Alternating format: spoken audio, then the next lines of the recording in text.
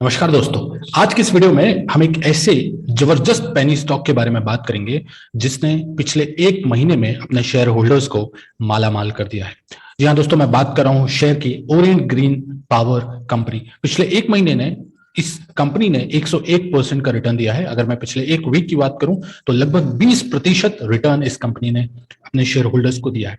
आज की इस वीडियो में मैं आपको बताऊंगा कि लॉन्ग टर्म पर्सपेक्टिव में इस कंपनी में आपका क्या गोल होना चाहिए, और अगर जो लोग अभी इस शेयर में फ्रेश एंट्री लेना चाहते हैं तो उनको क्या सोच समझकर इस शेयर में निवेश करना चाहिए।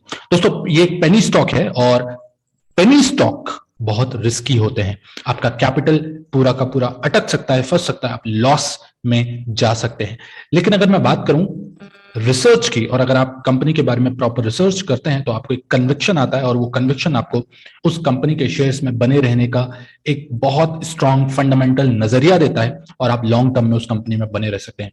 दोस्तों, ओरिएंट ग्रीन पावर कंपनी एक अच्छी कंपनी साबित हो सकती है, वैसे ही जैसे ट्राइडेंट ने हम सबको कमा के दिया है। तो आप जानते हैं दोस्तों कि ट्राइडेंट ने भी लगभग 3 रुपए से रैली अपनी शुरू की थी और आज 57 रुपीज पर ट्रेड कर रहा है। वैसे ही ओरिएंट पावर रिटेल इन्वेस्टर्स के बीच में एक बहुत हाइप लेके अभी भी बना हुआ है, और मैं उम्मीद करता हूं कि इस वीडियो के बाद आप ये समझ पाएंगे कि आपको क्या स्ट्रैटेजी इस शेयर में अपनानी चाहिए।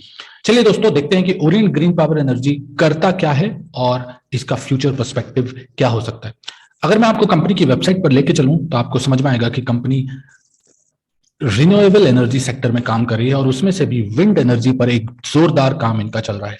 अभी की अगर मैं बात करूं तो कंपनी जो है लगभग 425 मेगावाट ऑफ विंड एसेट्स पूरे इंडिया में और इंडिया के बाहर भी बनाए हुए हैं, जिसमें से लगभग 10.5 मेगावाट विंड फार्म क्रोएशिया या बाहर के देश में भी है। दोस्तों, एक नेगेटिव पॉइंट मुझे इस कंपनी के बारे में ये लगा, जो मैं अभी आपको यहां पे बताऊंगा। अगर हम business segments and focus areas की बात करें तो कंपनी, आपको पता है, विंड एनर्जी पर काम करती है एंड हेडक्वार्टर चेन्नई में है।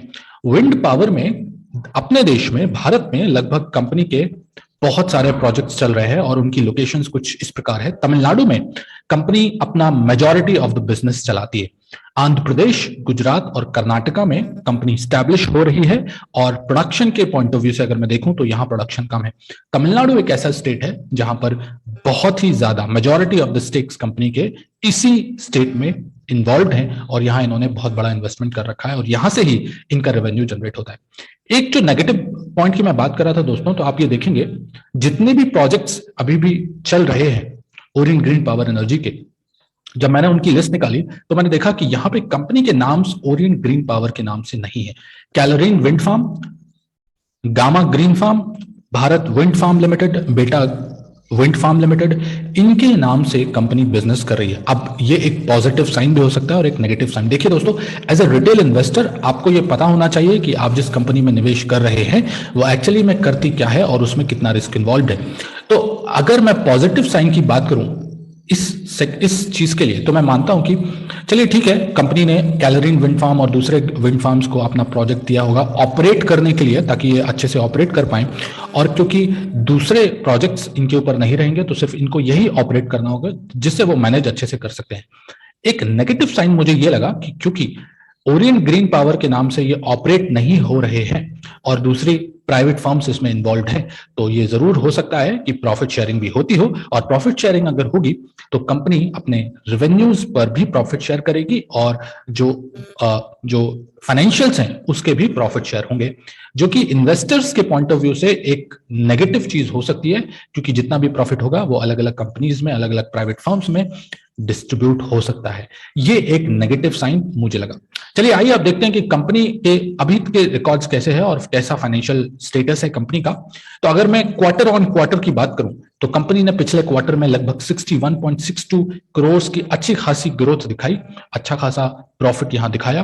पिछले कुछ सालों से, पिछले कुछ क्वार्टर से कंपनी नेगेटिव परफॉर्म कर रही थी। दिसंबर 2020 में कंपनी ने -20 करोड़ का लॉस दिखाया था, मार्च 21 में 43 करोड़, जून में थोड़ा सा प्रॉफिट था, और सितंबर में एक अच्छा खासा ग्रोथ। लेकिन मैं अगर ईयरली फाइनेंशियल्स की बात करूं तो कंपनी अभी भी लॉस में है। -57.55 करोड़ का लॉस अभी भी कंपनी ने दिखाया, लेकिन एक अच्छा साइन ये है कि अभी भी हमारे पास 2 क्वार्टर्स है, इस क्वार्टर का रिजल्ट आएगा और उसके बाद मार्च एंडिंग के बाद भी मार्च एंडिंग तक हमको ये देखना होगा कि क्या कंपनी प्रॉफिट शो कर पाती है। ये बहुत इंपॉर्टेंट पॉइंट है, आप सबको याद रखना है।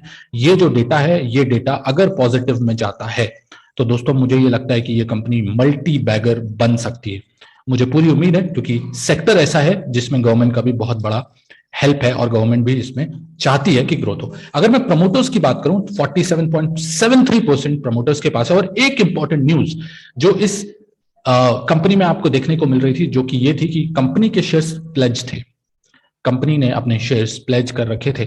और आप यहां बीएसई की वेबसाइट पर ये देख सकते हैं कि लगभग 75 crore 72 lakh 3,977 shares total issues थे और उस इश्यू में से लगभग 11 करोड़ 14 लाख 89,031 शेयर प्लेज थे। लेकिन एक इंपॉर्टेंट और गुड न्यूज ये है जो सेबी को इन्होंने बताई 24 नवंबर 2021 को, कि कंपनी ने अपने जितने भी प्लेज शेयर्स थे वो सारे के सारे प्लेज शेयर्स अभी उठा लिए हैं और अभी भी नंबर ऑफ शेयर्स जो प्लेज है वो 0 है।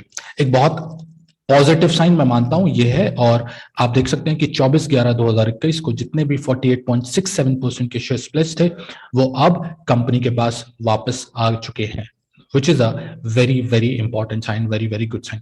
तो दोस्तों अगर मैं लॉन्ग टर्म पर्सपेक्टिव की बात करूं तो कंपनी अच्छी साबित हो सकती है कि लॉन्ग टर्म पर्सपेक्टिव से, पर मैं बिल्कुल फिर आपसे कहूंगा कि कंपनी जो है वो एक रिस्की इन्वेस्टमेंट हो सकता है। तो आप आपका जो कैपिटल है उसको मैनेज करके इन्वेस्ट करिए, प्लीज एक बार में इन्वेस्ट ना करिए।